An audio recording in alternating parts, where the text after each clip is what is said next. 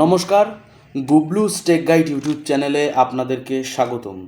তো আমি উত্তর চব্বিশ পরগনা জেলার ঠাকুরনগর থেকে আমি আপনাদের জন্য একটি নতুন আপডেট নিয়ে এসেছি।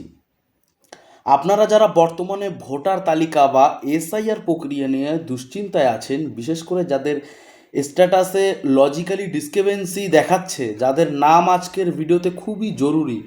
আজ আমরা আলোচনা করব কেন আপনার নাম লজিক্যালি ডিসক্রিপেন্সিতে এলো এবং কাদের নতুন করে ফর্ম ফিল আপ করতে হবে। অনেকেই প্রশ্ন করেছিলেন যে আমরা সব ঠিকঠাক থাকা সত্ত্বেও কেন লজিক্যালি ডিসক্রিপেন্সি এলো। তো দেখুন, বর্তমানে পুরো প্রক্রিয়াটি এআই বা কৃত্রিম বুদ্ধিমত্তা দিয়ে কিন্তু পরিচালনা করা হচ্ছে। তো 2002 সালের ভোটার তালিকায় আপনার বাবার নাম বা আপনার নিজের নামের বানানের সামান্য ভুলের জন্য, যেমন বানানটা আমি আপনাদের বলছি, তো এই মণ্ডল বানামে এআই এটাকে ভুল হিসেবে ধরেছে। তো অনেক সময় বিএলও অ্যাপে তথ্য আপলোড করার সময় 2002 সালের খাতার সাথে বর্তমান তথ্যের অমিল হওয়ার এই সমস্যা তৈরি হয়েছে। এতে ভোটার বা বিএলওরা কিন্তু সরাসরি হাত নেই। একটা বড় আপডেট হলো, যাদের বাবা মায়ের 6 বা তার বেশি সন্তান রয়েছে তাদের জন্য কিন্তু একটি বিশেষ ফর্ম প্রকাশ করা হয়েছে। এই ফর্মে 1 থেকে 8 জন পর্যন্ত সন্তানদের তথ্য বা এপিক নাম্বার দেওয়া যাবে। কেন এতগুলো সন্তান বা বাবা মায়ের সাথে বয়সের গ্যাপ কেন কম বেশি, এই সমস্ত বিষয়গুলিকে নির্বাচন কমিশন খতিয়ে দেখছেন।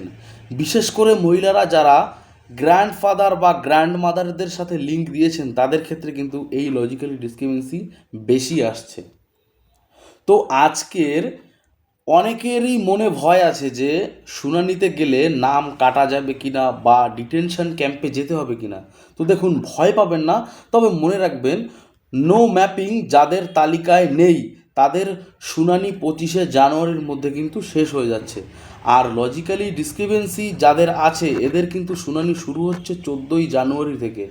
এর শেষ তারিখ এখনও নির্দিষ্ট হয়নি, কারণ একে একে বুথে বা বিধানসভায় কিন্তু এর কাজের চাপ কিন্তু চলছে।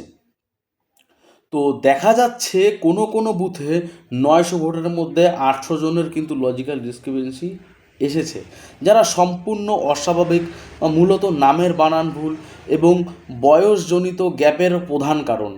আপনারা যদি এই সমস্যায় থাকেন তবে কিন্তু আপনার বাবা মায়ের নথিপত্র এবং 2002 সালের ভোটার লিস্টের সাথে রাখুন কপি, মানে ভোটার লিস্টের যে কপি সেটা কিন্তু আপনারা সাথে রাখুন। তো শুনানিতে গিয়ে ফিজিক্যাল ভেরিফিকেশন করালে কিন্তু এই সমস্যা কিন্তু মিটে যাবে। তো বন্ধুরা, আপডেটটি আপনাদের কেমন লেগেছে অবশ্যই কিন্তু কমেন্ট করে জানাবেন। আর ভিডিওটি যদি ভালো লেগে থাকে তাহলে অবশ্যই আমার চ্যানেলটিকে সাবস্ক্রাইব করে বেল আইকনটি প্রেস করে রাখুন এরকম তাড়াতাড়ি আপডেট আরও পাওয়ার জন্য।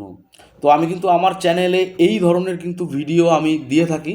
তো আশা করি আপনারা কিন্তু সব বুঝতে পেরেছেন। আর আপনাদের যদি কোনো জিজ্ঞাসা থাকে আমার কাছে, আমার কিন্তু কমেন্ট সেকশানে আপনারা জানাতে পারেন। সবাই সুস্থ থাকবেন, ভালো থাকবেন, আবারও কিন্তু দেখা হবে পরবর্তী কোনো ভিডিও নিয়ে।